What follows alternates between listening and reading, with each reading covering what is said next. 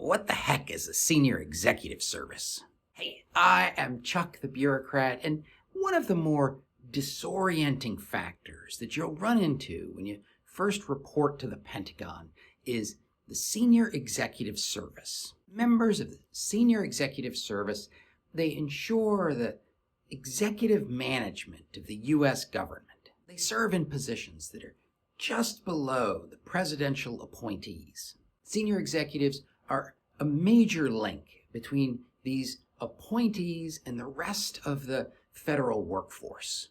Members of the Senior Executive Service are often called an SES. They operate and oversee just about everything that the federal government does across 75 agencies. And that makes sense. The Administration for Community Living is going to need an executive force to be setting policy and providing management. But here's where the disorientation sets in. When a military service member shows up at the Pentagon, they'll often hear people say that an SES is like a general officer. And what's more, the first time that a service member usually sees an SES, they're serving as a deputy to a general officer.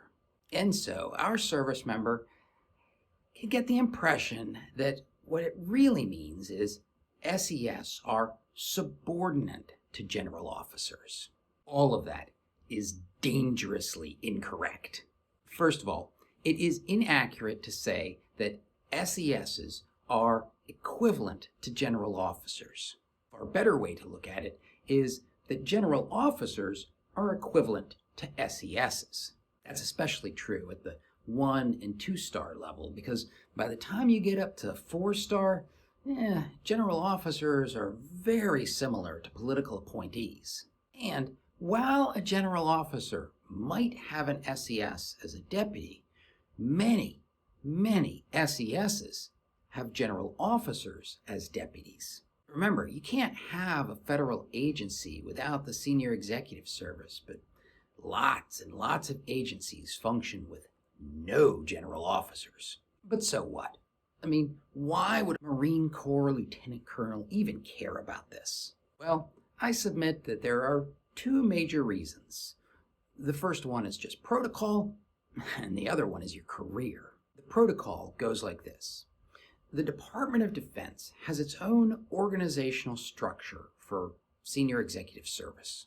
That's DODI 1402.03. And this DODI creates 3 tiers of SES. Broadly speaking, this is where that perspective of SES are like GOs comes from. Protocol lines these tiers up so that a Tier 1 SES is on par with a 1-star general officer, and a 2-star general officer is on par with a 2-tier SES, and so on. A 2-tier SES is treated with the same courtesy and respect as a 2-star general officer. If an SES wants information from a colonel who is subordinate to her, she gets it with the same quality as a general officer would get. 2-tier SES sets up a meeting with a 1-star general. Typically, the 1-star general comes to the SES's office. Now, it is fair, and maybe even important, to point out that your typical 2-tier SES is neither as aggressive nor as assertive as like a 2-star general. But by no means should you mistake patience or humility or tolerance for weakness. I have known some extremely influential SESs who looked and acted a lot like 2nd grade teachers, all the way up to the point when some colonel got out of line and then, or some crucial moment arrives and everybody's looking around going, what are we going to do? And the SES leans in and says, here's what we're going to do. One time, when the Army was dealing with this really big problem, I saw this little old man. He just, in an offhanded manner, set a course that I guarantee you has affected your career. That's the protocol piece. But What does it have to do with your career? More importantly, promotion?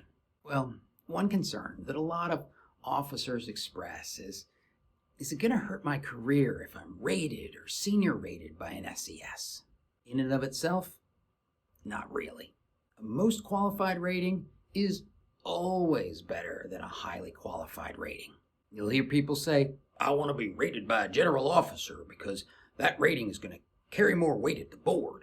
Maybe, but by that logic, a center of mass or highly qualified from the same general officer, well, it carries more weight with the board too. So, as always, the question really is, can you deliver results that the SES values? I've seen plenty of officers that the general officers might have called second string. But those same officers get assigned to work for an SES and they excel, partly because of the subtle, different expectations and needs of general officers and SES. Now, I will say this.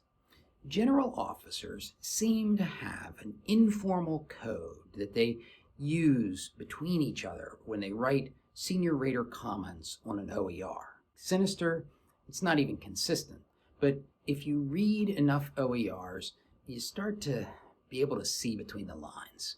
If you're being senior rated by an SES, you might just want to be careful that they're not accidentally sending the wrong signals to the board. For example, I think, and this is based only on my own OERs, but I think that an exclamation point in the senior rater comments is not a good thing. But an SES who hadn't seen a lot of OERs, they might think putting an exclamation point is a great idea. So my recommendation is that if you are being senior rated by an SES, you might want to bounce their draft comments off of somebody who would recognize some unintended slight. At the end of the day, the way that the SESs interlock with general officers in order to provide for the nation's security, well, it's absolutely critical.